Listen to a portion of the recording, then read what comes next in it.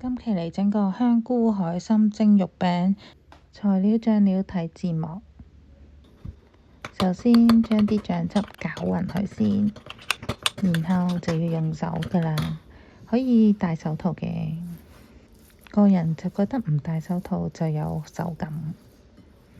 攪勻佢，猜勻佢。咁當然啦，所有材料都係要切碎佢。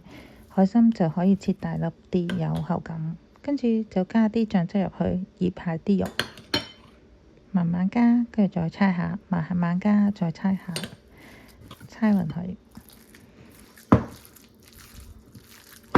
咁樣不停用手攪呢，就會有彈性，啲肉餅就會好味啲。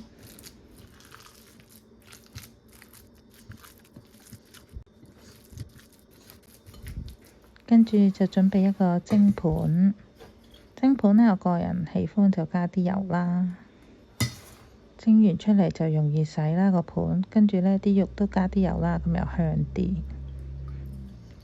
同樣攪勻佢，猜勻佢，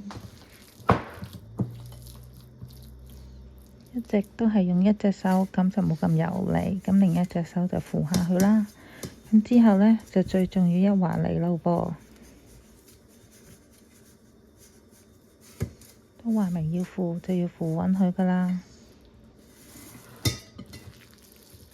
就攞起啲肉，撻下佢，鬆弛，撻啊撻啊，鬆弛，撻啊撻啊咁樣，令到啲肉有彈性。所以話煮嘢食好治癒，就因為你可以咁樣嚟發泄啊嘛。蒸肉餅唔錯咧。撻完之後就鋪咗嚟個盤嗰度啦，蒸佢啦。